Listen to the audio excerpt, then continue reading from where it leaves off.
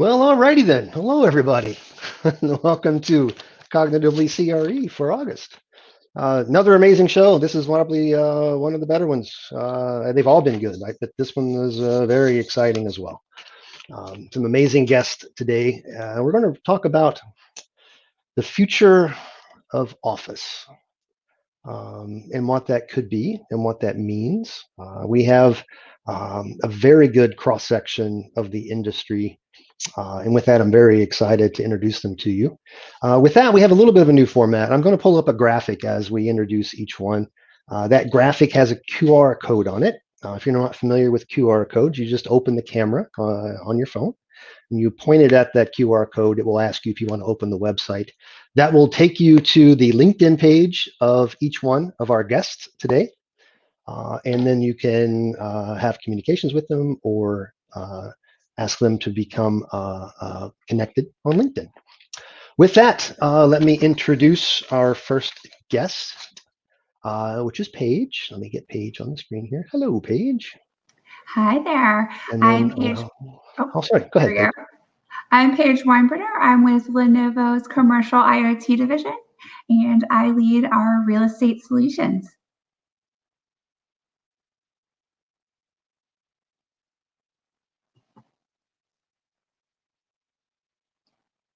And I'm so happy to be here in this forum today.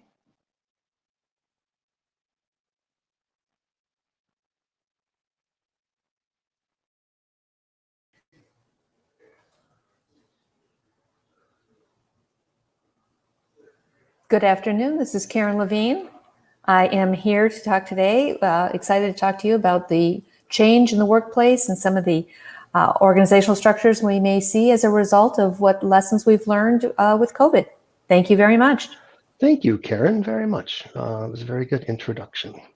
And then let me introduce you guys to Maxine. Give me 1 second here. Here we are, Maxine. Max, a little bit about you, please. Hi, I'm Maxine Morrison. I am responsible for strategic growth across Western Canada and the territories. Dexter, an integrated facilities management firm. I bring over 20 years of experience, engaged in all assets of workplace and real estate industry. I've been licensed as a real estate expert for 10 years in commercial property management and residential land development. I've also been engaged in capital projects and facilities management through supply chain at all levels, both private and public companies. Some of the things that I focus on are things like blue zones, net zero, and WELL certifications for managing our buildings across Canada.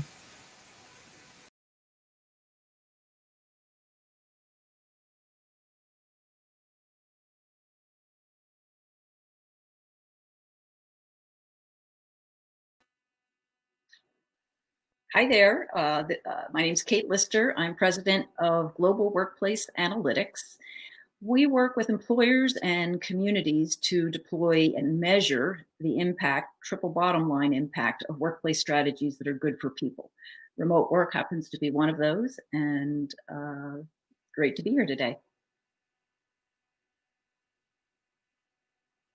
All right. Thank you, guys. Great introductions. I will get better, honestly, at making sure that that's a little more seamless on the technology side. Thank you all, truly. And this event is being recorded, by the way, for those of you who are looking at our live webcast. So you can always come back later and view the recording to get those QR codes if you need to. Now, off we go. Topic of the day, what is happening in the workplace? Let me make this just a little bit bigger here. There's really two camps out there, and there seems to be no middle ground. It's either the office is dead and we're going to have to find something else to do entirely, or the office is still very much here. Small modifications, we'll get back to the way things are. One of the things that I saw recently as a headline, and I think maybe we've all seen it, was an article on CNN related to REI selling their new headquarter building, their new workplace, even before they moved in, with the notion that COVID-19, work from home, they decided that maybe a corporate campus environment centralized for them wasn't the model. And from what I read in the article, it looked like they were going to more of a distributed workplace model. On the other side of the house, there's a great article written by Alex Dunham, and he's a friend of the show. We worked together on some research over at CoreNet. Alex, if you're watching, great article. And basically it was, hey, we all know remote work is here, but what does that really mean for the workplace? It means the workplace is likely going to become something a little bit different. And that's really what we want to explore in this show today. Is there middle ground? What's the thoughts of these experts? And how do we truly move forward? That being said, I'd like to start with you, Kate. So just a general open-ended question, right? I know you've been involved in a significant amount of research. In fact, you've done some testifying, I think is the right word, in front of Congress, in regards to some research and insights that you've had. What is the research telling us as it relates for work from home, and what's the implications does that mean from an office perspective? When this all happened, I figured it was going to go one of two ways. Either everybody was going to go home without any training and without the preparation that we might have spent 6 months to a year working with a company to do. And then they were going to hate it and nobody would want to do it anymore. Or it was going to go on long enough and people would actually start to learn that this does work and figure it out. And clearly the latter has happened. Over 70% in a recent survey that we did with Iometric, over 70% of respondents said that they feel very successful at both individual and collaborative work at home. So 80% of the population has typically wanted to work from home, but they haven't had the opportunity. 70% said, according to SHRM, 70% of companies said they offered remote work. But according to the Bureau of Labor Statistics, who only count companies that offer it to all or most of their employees, only 7% did. So, that's a big difference, 70 to 7%. And it's kind of been the privilege, the 7% privilege up until now. There's the lower end of the wage spectrum that's been working at home for more than a decade in the contact center industry. But primarily it's been the older, more educated, higher salary individuals that have been able to do it. And then boom, overnight, everybody's doing it. So based on the survey that we did and other surveys that I've seen, about 80% of the population say they want to continue doing it. They want to continue working at home. And the sweet spot is 2.5 days a week. And we've seen that for a number of years, but it played out here, even though working at home has not been ideal in the last 5 months. So lots of people want to do it. Our own prediction about 4 months ago was that after this, we would see 25 to 30% of the workforce working from home multiple days a week when the dust settles. The longer this goes on, the more I'm feeling that was a pretty conservative estimate. But if we stick with that, I think what we're likely to see is about a 10 to 15% reduction in need for office real estate and a revamping of how it's used. Yeah, that's it feels like a good number. And to me, that feels like a middle ground as well when you think about it.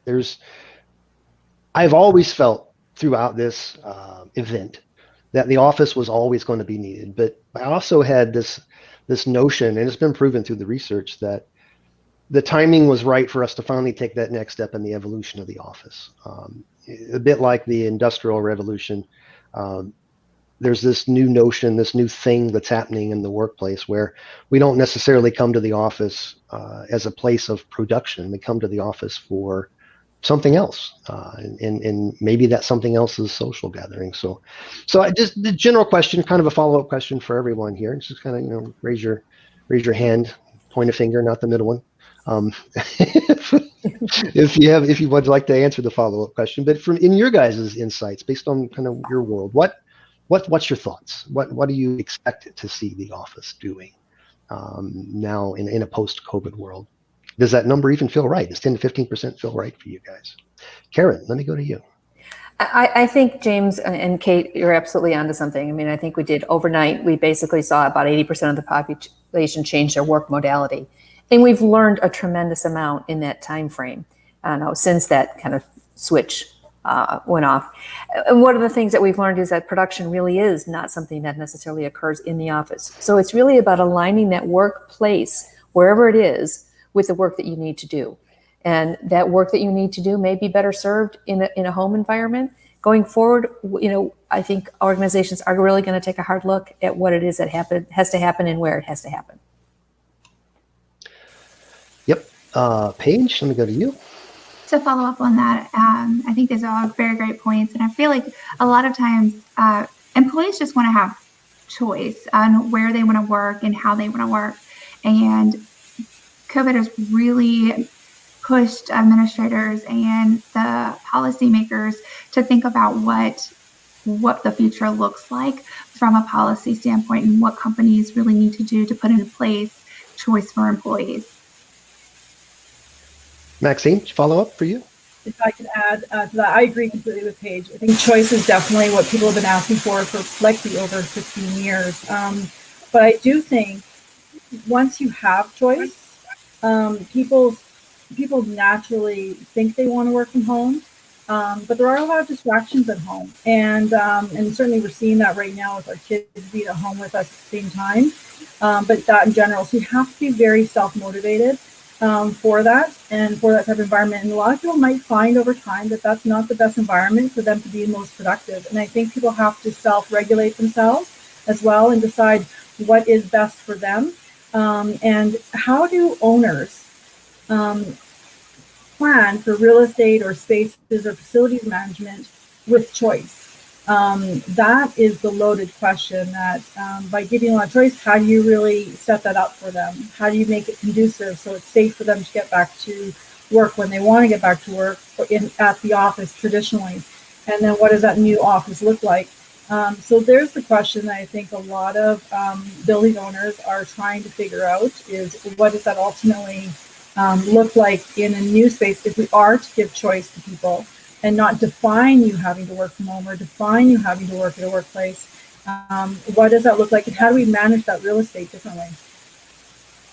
It's one of the questions I thought of as well, in that if your policy is work from the office when you need to, so it's self-defined, right? And that might be 2 or 3 days a week.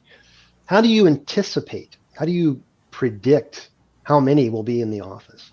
And I know there's some interesting startups out there that are using AI that go deep into your email conversations and your artificial intelligence that go deep into your meeting schedules and your emails and your text messages, instant messages, to sort of extrapolate what that might look like. And I think we might get there, but just generally speaking, really what I think is happening is most everyone potentially is going to become a visitor to the office. And I don't know that we have an answer for that, but that's something that I think we have to think about, right? In terms of the new workplace, how do we anticipate how many are going to be in the office and how do we govern that?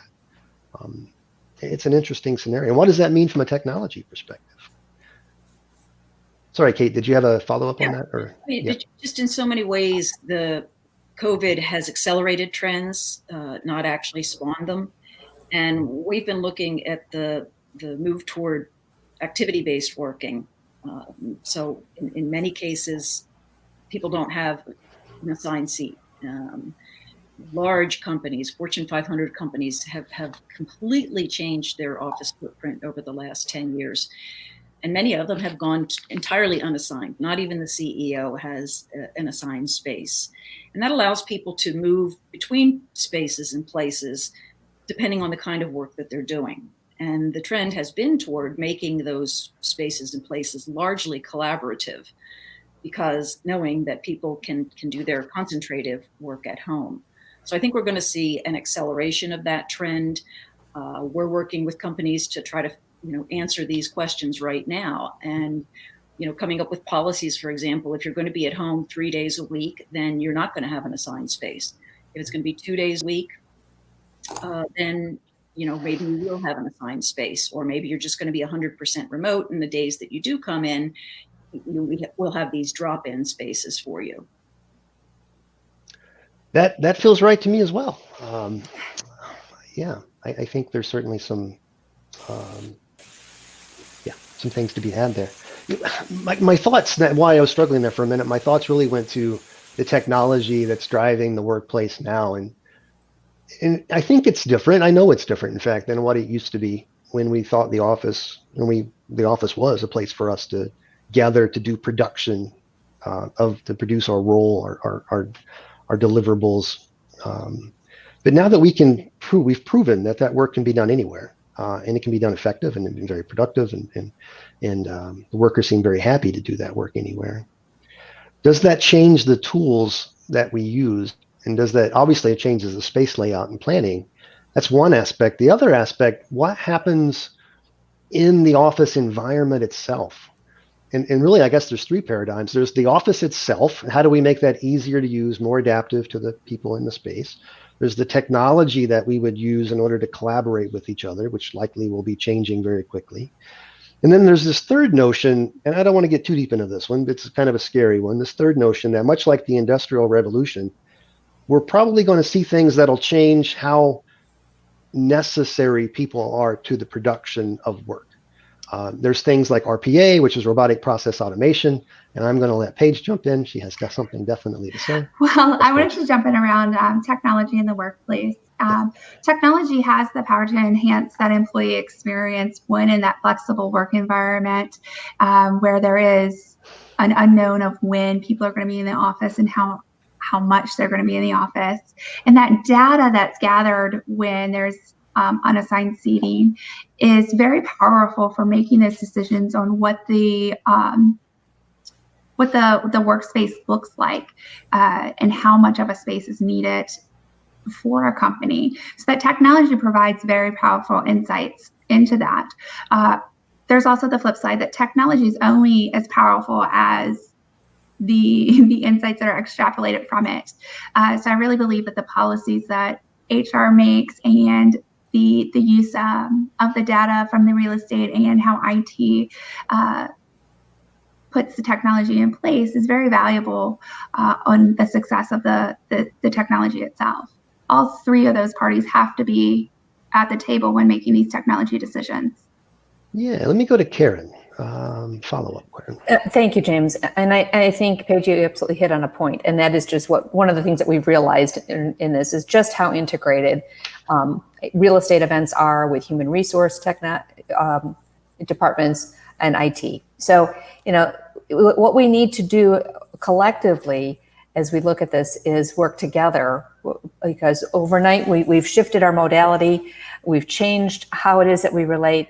And so how we relate becomes much more important from an HR perspective as well going forward. So, that connection, what happens, in the past, large real estate events, oftentimes very costly, were something that fell underneath finance or the CFO. Going forward, what happens? How does that change the reporting relationship and connection to human resources and IT? Thank you, James. Yeah, that's a good one. Is it fair to say to everyone? Is it fair to say that? Well, no, this is to Paige. Let me context it to you, Paige. Is it fair to say that the data that can be captured in those IT and AV systems has been there for some time, but maybe not realized in how it can be utilized from a CRE or workplace optimization perspective? I do think that's a fair statement, and it does come back to everybody has to be at the table into gathering that data and looking at those insights. Oftentimes, the decisions for technology are made in the IT silo, and then the real estate's making decisions. So they're not always integrated together. Fair, yeah. I've seen some recent statements from facility management companies, and they're saying that they're now being asked to take much more of a leadership role in a commercial real estate world. So typically these companies are outsourcing facility management and maintenance, about providing the types of insights and data that would help the occupants within those commercial spaces, i.e. the renters of the office spaces, be more effective. Is that something that we're seeing in the industry? I think generally the reason that I'm asking that question is there's two conversations. There's a corporate real estate question about what data does and how it drives the decisions, but I think maybe there's also a commercial component to this from a building owner's and operating perspective and how they're being asked to change their role. Does anyone have any insights into what that might look like? Kate, yeah, let me go to you. And then I'll come back to Maxine. Hang on. Yeah, again, one of those trends that this will accelerate. We've been moving towards smart buildings and even smart cities. And we've got examples in the Netherlands of parking lots that can identify the car that's coming and then direct the person in that car to the space that they need for that morning because it knows what that person's schedule is. And then they go there and it sets the chair and the sound and the even the scent specific to that person. Haptically tells them that they need to stand up and move, tells them when their next meeting is. I mean, this all sounds kind of sci-fi, but it is happening, and it's all around the customer experience, the employee experience. And so landlords and tenants that want to make their buildings attractive are loading them up with these kinds of tools so that they can not only provide the customer experience, but measure it. Mm-hmm. Yep, that's a good one. Let me come back to Maxine.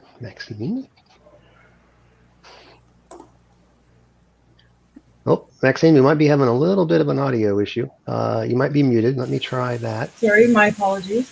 Oh, there we go. You're good. Measurement is certainly key to any building owner and operator. At the end of the day, they want a return on their investment when investing in technology. And so COVID has certainly brought new things that we have to then address. Even the simplicity of touching a elevator button or choosing your floor that you're going to be on needs to be really looked at. Is it an iris type access? Is it more voice activated?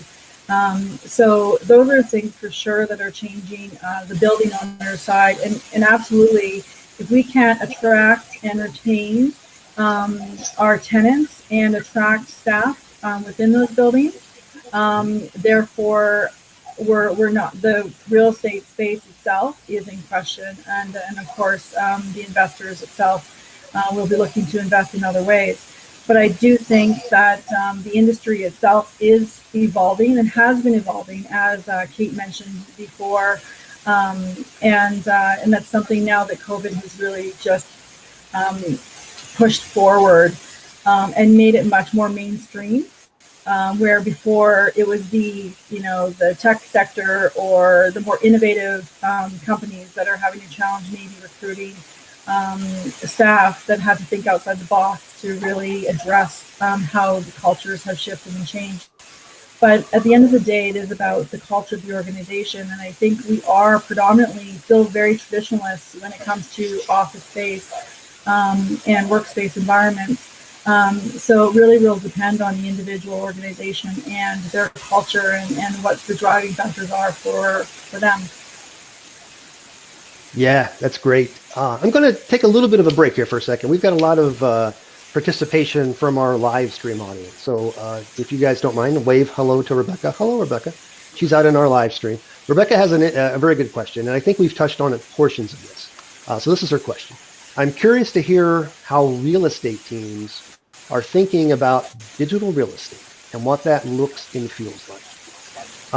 So Rebecca, when I hear digital workplace, I think of really two things.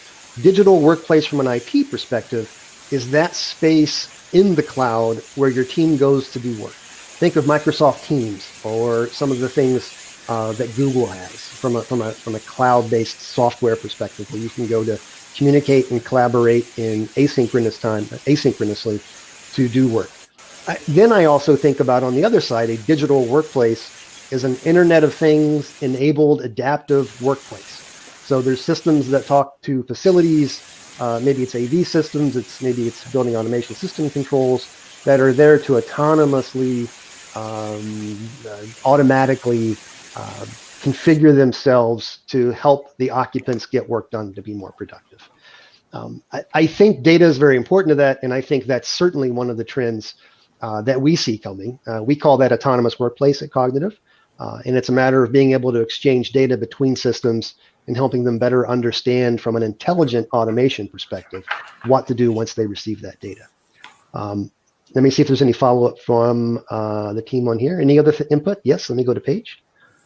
Paige. So as we see digital workplace grow in those two areas that you mentioned, James, in both the teams collaborative environment and then also within the autonomous environment of the physical workspace, there are things that become challenges for corporations around the scalability of this across a complete global enterprise.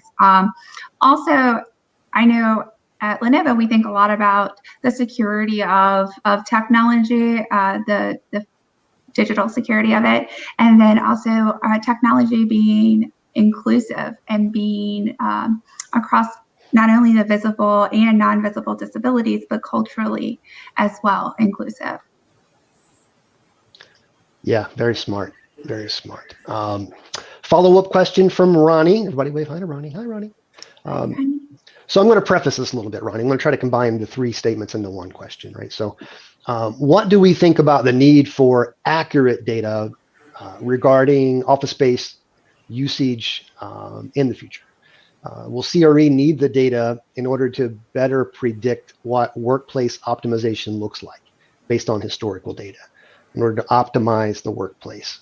So my thoughts on that, and then I'll ask for you guys' feedback, is we have the ability to look at pre-COVID and post-COVID data. That data tells us not just how the space is being utilized, but the type of work that's being done in that space. And then there's another layer of that that says, is the work being done efficiently with the technology and with the workplace design that's being deployed? So when you look at it holistically, you have to be able to derive the right insights from the data. There's no shortage of data that you can pull out of your workplace and your building information systems. What is difficult to get to is the right insights so that you're measuring the right things in order to be able to predict accurately what your optimized space looks like. And then anyone want to follow up on that? No? Okay, there we go. Maxine, here. I completely agree that yes, I mean data has been something that we have been using in CRE for years, and it is about having the right data, and you're absolutely right on that. But I do think it's key on you can skew any data you want to go in the direction that you want, and see what you want to see. And companies have been doing that for years to, address, well, our culture requires closed offices, or our culture requires open space, or our culture requires this. Like, really, where is that data coming from? And I think it's really important to not just think about what you are today, but who do you want to be, and then lean towards that, because you're going to attract the staff and you're going to attract the tenants that ultimately will. How you're modifying your space will take you into the future. And I think we can't think about just today or the past, which data shows us the past. We have to proceed with vision as well. Yeah, that's excellent. There's some insights that even kind of goes to your questions a little bit, Ronnie, that can be derived from other sources out there. One of them being Deloitte. So I found this graphic and thought it sort of hit the mark here. Again, this is from Deloitte Insights. But when you think about really getting down into the nuts and bolts of what data can do for us, in whether you're in workplace, whether you're in corporate real estate, whether you're in commercial real estate, and you have offices and other things, really when you boil it down to, we have to respond right now, which is kind of where we are. Respond to make sure that you're able to have some level of business continuity. Recover, the recovering aspect of that will allow us to get to some level of normalcy, taking into account the risks that we have. And then that third phase is thrive. That's really the optimization phase. And I think we're somewhere between respond and recover at the moment. We see, based on a lot of data that out there, that there are people opening their offices. So that means the commercial building is open, it's been recommissioned. That means there's a general policy that will allow people to come back into the office. And usually that means some level of personal protective equipment gear and some lanyards or cards and promises not to get too close to each other. But people may not be going back into the office yet because they don't feel safe. In fact, that's the number one feeling of people today, is even though the office is open, they don't necessarily feel safe for going back into the office. And that is the third phase of this. That's the thrive phase. So what's the optimization piece? There's exterior constraints related to that. Some people are waiting on a vaccine. Others are waiting on maybe newer policies or newer types of designs for the office space before they go back. I think it's dependent upon each company as to what that might look like. But I think no matter what segment you're in, whether you're in K through 12, college, collegiate, healthcare, large corporate, or even small to medium-sized companies, your optimization goal can be developed now, and it can be informed by data that you can derive from your existing systems. If you want to get even deeper into it, you can deploy systems that have sensors. Those sensors will let you know very specific data points, but you need to make sure, and this is one of the things that we do in the marketplace, make sure that you're investing that money to generate the data that gets you the right insights. Don't just expect the system to generate great data and that's suddenly going to be the magic bullet for you. You really got to put some thought into what the insights are that you're looking for. Excellent. Let me go to Kate here. Kate? Yeah, I think you started to say it, and I think Maxine started to say it too, but we can't forget the human element. Data can take us in all kinds of directions and can be biased, and nobody wants to sit in this one particular space, and so we assume that the space is bad, and it may just be that Debbie Downer sits in the space next to this spot, and that's why nobody wants to sit there.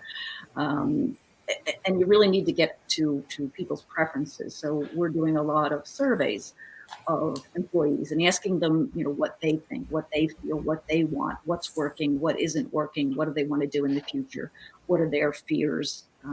So all of that data has to come together with the physical data that you're getting from the workplace as well. Yeah, you're absolutely right. And that's a really good segue too, even to this next piece. Before I get there, let me go back and Rebecca has a really good challenge question for us. She would like to hear how the companies are planning today for reopening offices and what opportunities you guys think these companies might be missing if they don't begin to plan right now. So that's the challenge. I'm going to go to Maxine first. Maxine, you raised your hand first. I think the opportunity that people are potentially missing is they're trying to react so quickly, and I believe that we're still in that recover stage. I certainly, we're in that responding stage, not recover stage. And I think we're trying to react very fast, but we're not really, I don't see very many surveys that are happening people. They're really trying to follow what their health care system, whichever it is, province or state, is requiring them to do at the time, and they're doing bare minimum because all of this is additional costs to every building owner. So I don't think innovation is really even being considered at this point. I think they're doing the absolute minimum of what's required to get people back to work based on the health authorities in their area. And I do think they're missing an opportunity to really try to vision what this new workplace could look like. And I think there's still very many people that are hoping it to be go back to normal because there is additional cost to this. So, but there will also be a return on investment if they do it properly. And I think that's really important to consider technologies and also other ways you can actually help attract people that want to work in a more collaborative environment, whether it's digitally or in person, and how do you really work towards that? Because it's nothing new that we've been asking for this. I mean, millennials get tagged as always that individual that wants to be having the choice. But the reality is I'm a Gen Xer and I've been asking for choice for 15 years. And I do have the privilege of working from home when I deem it appropriate for my task. But it's not always rosy, and it's not always easy to do to work from home. And so I think we really have to look at all aspects of the why not and the why we should shift, and really what that new normal becomes for that individual, because every organization will be unique. Yeah, let me go to Paige, and then I'm going to come back to you, Karen. So let me go to Paige here. Paige. To add on what Maxine said, this is a very unique opportunity to be forward thinking on your decisions on returning to work in a COVID and post-COVID environment, and to have an opportunity to leverage technology. A lot of the solutions out there that are being marketed as a back to work solution are existing technologies that have pivoted and enabled features that address uses for returning to work post-COVID. So the underlying other additional features and underlying platforms all have long-term opportunities for ROI. And I think when companies look at technology as potential solutions when returning to work, they also have to look at the long-term opportunities of that. Yep. And then let me go to Karen. A couple of things that I want to touch on. I think that choice and Gen X or whatever generation you might be in, it's also about exposure, right? So what have we been exposed to? What have we learned? How is it that we operate? And what all this says is that there's a lot of change going on, and change is huge. And unfortunately, change is one of those things that I don't think we're going to see stop here. It's a constant. It's certain, and it's going to continue. So both personally and professionally, we're going to have to learn to adjust and manage that change. Unfortunately, 70% of the change management programs, this is something from McKinsey, tend to fail because people lose their faith, lose trust. They don't want to participate. Maybe there's a Debbie Downer. And we're not going to get everyone on board, but we're all going to experience changes. And what we need to recognize is that we need to have successful change management programs that involve a lot of communication going both ways.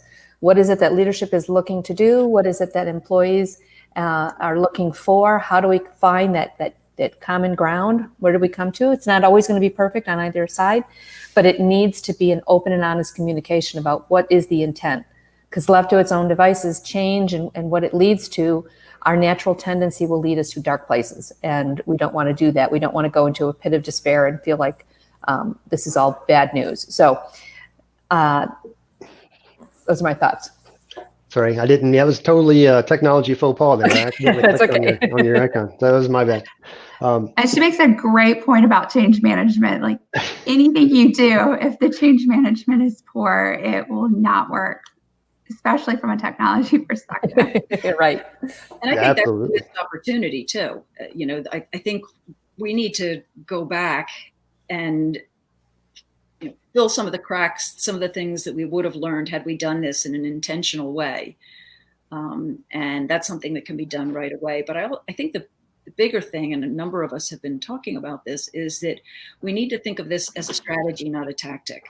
So it's not about, what technology do we provision people with, who pays for home office, how do we get people back to work, do we do the glass barriers?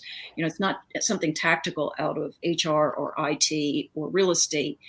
It's really, what do we want to be in the future? Let's wipe the slate clean. This is an opportunity for us to look into the future and say, how do we want to operate, and what do we want to do for our people and for our shareholders and for the environment, and frame what you do between now and the end of this, if there is an end to it. Put your attention there. And I've been successful at telling 2 of my clients to stop using me because I know I'm a really good salesperson. Because it's too early. I don't waste the money doing all of the retrofits for something that you don't know when it's going to end or how it's going to end. My husband has a line that I like. We try harder and harder to get better and better at things we shouldn't be doing at all. and I think replicating the water cooler and using technology to replicate everything that we did in the office is the wrong approach. I think we need to look at what is it that we need to operate successfully and build new strategies around that. I completely agree. And, hearing you guys, one of the things that we talk to our clients about is exactly that strategic piece. And it used to be, and there wasn't anything wrong with this. This was an industry thing. We talked about stacking and utilization ratios, and talked about branding and inherent collision paths, and from a workplace development perspective, these were interesting and good things. These were the top of minds that we talked about when we were developing workplace and corporate real estate strategy. I think now it's a little bit different. In fact, if not radically different conversation. And so now we're talking about the psychological aspect of workplace. What does the workplace need to look like to ensure that people feel safe and comfortable, and we're meeting the needs from a psychological perspective, so people feel again that they're comfortable in the space. There's this physiological aspect as well, and I'm thinking now of maybe biophilic design elements, so reconnecting humans to nature in the workplace. You can have a very positive effect on just the human experience by having the right type of space and aesthetic in that space, which makes it very interesting. And then our namesake, the cognitive aspect of it. So do you have the right things in that space, the right mix of things, space, even people, and the type of work being done, right technology, in order to support the ability to be creative in that space? And yes, you can measure all that. It's a little fuzzy, but it does change the conversation that we've had in the past, very tactical conversation about what the space needs to be, into much more of a strategic conversation. So I'm right there with you, Kate. 100%. Give me a second to see what Max has to say. So hang on, guys. Everybody pause for a second. I think this might be a good question. Yes. So the practical aspects of things. So everybody say hi to Max. Hi, Max. This is your question, Max. I'm going to paraphrase. The practical aspect of going back to the office. Let's have a few questions about that. So an example, increased sanitation process, hoteling scenarios, business unit owners, how to execute. What are we sort of seeing from that perspective? And I can give you a little insight into that. But in terms of the practical aspects of going back to the office, are people going to do all of these things? I think we're in that first phase, the tail end of that first phase, where we're just trying to get the offices open. So if you do want to come back into the space, we need to do everything that we can from a workplace perspective, just speaking generally, to minimize the risk of being in that space. So that means ensuring that you have PPE, ensuring you have hand sanitizers, ensuring that you understand the distancing policies. But I think personally, this is a personal opinion. This is not a company opinion. This is a personal opinion, that some of that is to ensure that we've reduced the risk for the occupants being in the space, because it's important to be in that space. It's important to feel a connection to your peers, which are why usually people are back in the office right now. Let me open that question up to others for additional feedback. Anybody care to? Yep, let me go to Karen. Karen? Well, I think, Kate just made that statement as well. We're not post-COVID. We wouldn't necessarily, there are some physical aspects and the practical aspects that we have to take into place. I think we're all living that, and as we move about various places. But again, we're not quite into the actual tactical everything. I mean, we've got hand sanitizer and controlled amounts of people who can get into buildings, physically get into buildings, given the new protocols. But larger scale is, how are we approaching this longer term? Because we kind of don't know what change is coming and what will continue to come. It's sort of like post 9/11. We didn't know what travel would look like after that. We're still learning. And I think right now with COVID, we're in that same phase where we're still learning. So this rather dramatic shift from the past potentially helped us to shed old habits. But right now I think we're still in that moment of reinvention and working to create better work and workplace environments and experiences that take into account all aspects. I'm going to try an aspect of our technology I've not tried before. I'm going to try to show Julie's question and our statement. So let's see what happens here. Oh, there we go. That is really cool. All right, so apologize everyone who asked questions before. Didn't know I could do this till just now. So Julie says, hello, Julie. So the realization of worker circulation patterns, occupant circulation patterns, both vertical and through the space, totally understand. There's technology systems today, and I'm thinking Wi-Fi systems, that allow you to be able to determine contact tracing, as well as paths of ingress and egress, so normal patterns throughout the day. There's also systems you can install to get that type of information. That type of information is probably an insight that we haven't had in the past that we do need today. Completely agree with you. It has a lot to do with the way the space is laid out, how work is done in that space, and whether or not the space is optimized for the type of work that's being done. I see a number of interesting initiatives, much like in the grocery stores, at least where I live. They have paths that only go in one direction, so there's arrows on the floor that are short-term. But somewhat going back to the comment from Max. Max, if you don't mind, I'm going to put yours up here. There you go. The business units and who owns it and how do they execute that? That's an interesting concept too. I think probably it's a corporate policy and procedure that we should, that should be driving a lot of these policies about how we move through the space and what's available in the space from a protection perspective, and not necessarily at a business unit level.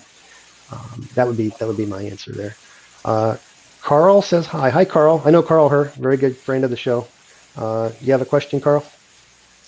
If you do, you can type it in there, and we'll pull you up. Karen, we've somewhat addressed this, right? But from a changing the way we work perspective. By the way, this graphic, I believe, is from the state of Illinois. Let me pull this up a little bit more. I ran across this the other day. Boy, I need better glasses to read that. The power of place, workplace strategy, and design. There we go. So from a workplace strategy perspective, from a design perspective, what are some of the things that we probably need to be thinking about? Oh, wow, I did that terribly. There we go. So that's the question for you, Karen, right? So and we've somewhat addressed that, but maybe a little bit more insight into how do we go about planning for something like that from a change management perspective? Sure. So I think much of, COVID has really accelerated much of what we've been talking about. I think somebody said, I think it was Maxine, she's been doing this for 15 years, working remotely, and, others maybe had wanted to do it for 15 years. So COVID really accelerated what many of us have been talking about for a long time. So what is it that I need to get accomplished? What is it that, if you will, keeps the lights on for an organization? How do they make their money? And then where is it best suited that work be done? That may very well mean that being in the office is the best location for a number of reasons. But in the interim, what is it that where we can't get into an office, what is it that we've been doing? Where do we see things that are working and where do we see things that aren't working? And then it's about addressing that, taking the data as terms of, how productive we are or aren't. And then, making sure that whatever system that we put in place, if you will, works for, I say everyone, but I know that we'll never get everyone on board, but works more broadly, because you're going to have HR components and things that affect people differently that you're going to need to address, given COVID and just the commute or whatever it is that people are experiencing. So from a workplace strategy, really understanding what needs to get it accomplished and then how best to go about accomplishing that. Yes. Oh boy, I messed everything up there. Here we go. Hang on. We'll get there. I can do this. There we go. I knew I could do it. So I'm going to preface. Carl's got because of the character limitations, got a couple of things here. I'm going to sum it up a little bit. When we go into the office, even for those that are used to remote working, we would go in ultimately for the connection with people, the social interaction, to get a better understanding, I would say, an unspoken understanding of how someone feels about a particular situation or their participation maybe in a particular event. So the natural fear, I think, would then be if we don't have policies in order to be able to ensure people are in the office, would that have a diminishing effect on organic growth, collaboration, the things that sometimes happen almost by accident because we're in close proximity to each other? And we spend almost all of our lives, we've done this for millions of years as a species, communicating most of our communication, not through words, but but through unspoken interaction, signals, facial expressions, hands expression, me with lots of hands expression. So I would put that back to you guys. Karen, let me go back to you. Well, I think a couple of things have happened with this. So I think that more deliberate connection to people that maybe came from a facial expression or a hand expression, whatever the case, happens a little bit more structured. I've attended many more meetings where at the beginning of the meeting it's much more social connection and, hey, how's it going? And, oh, by the way, I like the flowers that you have, or whatever it is, because we're in each other's lives in a much more personal way. And so some of those things that maybe were happening, as we entered a meeting or as something started, are happening online in a more structured way. But I think it's also leveled the playing field to a certain extent for people who maybe didn't have, call it a seat at the table or a voice in the room, because there's a little bit more structure around, hey, Paige, I haven't heard from you in a while. Kate, would you tell me what your thoughts are?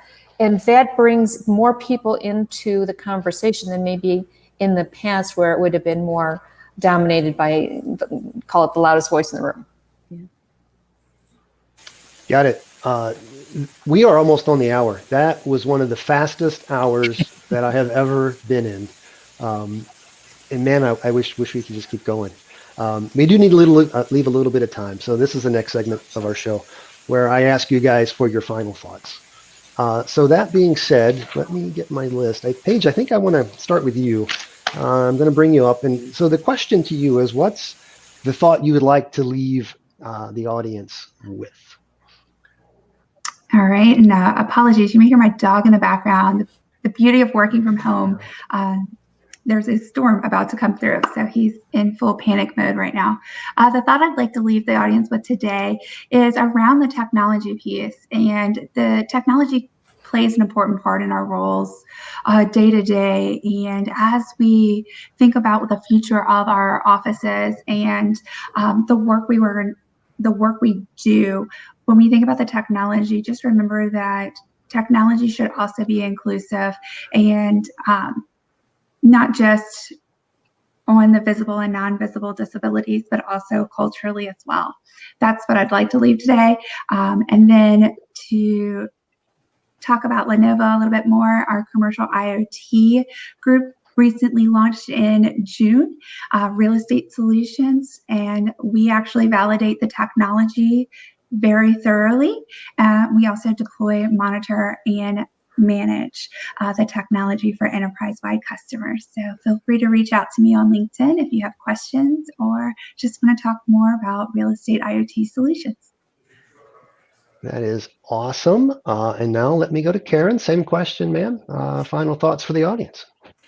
Well, I think I said it rather earlier, but I'll say it again because I think it's worth repeating. And I think it's been said a couple of different ways, but we've shifted rather dramatically from the past and potentially bad habits. So, reinventing and what it is and how it is that we do things to create better work and workplace experiences, with the change management as key, improving collaboration and tools, allowing, also to take into account the human factor.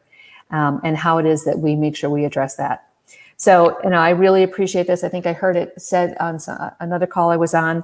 I think we're shifting from more of what was a command and control kind of concept to more connect and care. We're doing things differently. I think that we're learning a lot along the way, and I'm excited to be a part of, what it is going forward. So please connect with me on LinkedIn if we haven't already. Let's begin a discussion. And James, I thank you for including me in this panel. No worries, Karen. And all of you, thank you for truly taking the time. I normally do that right at the end, but it seems fortuitous to do it now. Thank you all so very much for your time. Truly, I'm going to go to Maxine right now. Maxine, final thoughts for the audience. Like 9/11 made us scared to fly. COVID has made us scared to go to work. And I do think, as much as we all like the choice, there will be a lot of people that do want the connectivity going back to the office. So it's really up to the building owners and the companies to make sure that they have policies in place and procedures that that make it effective, and to modify their space as fits their culture best.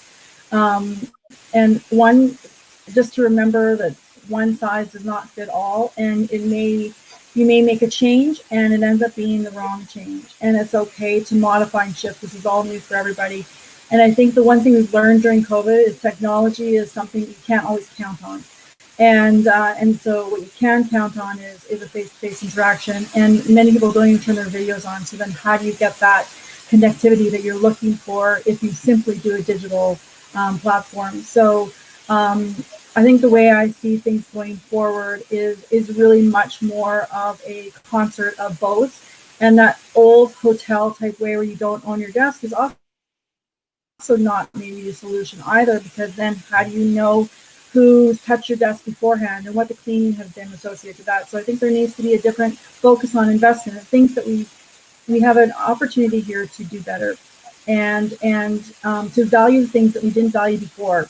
Like custodial was always the bottom of the barrel, last of the budget kind of thing. And honestly, it needs to be put to the top.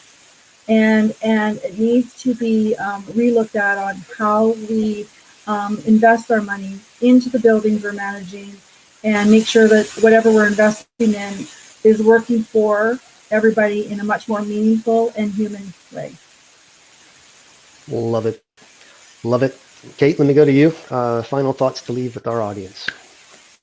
I think we need to recognize that almost all of the technologies that we need to operate effectively when we're remote are the same in the office. And so I think we really need to focus on how do we improve those technologies? How do we make them better for this kind of interaction and for any kind of interaction?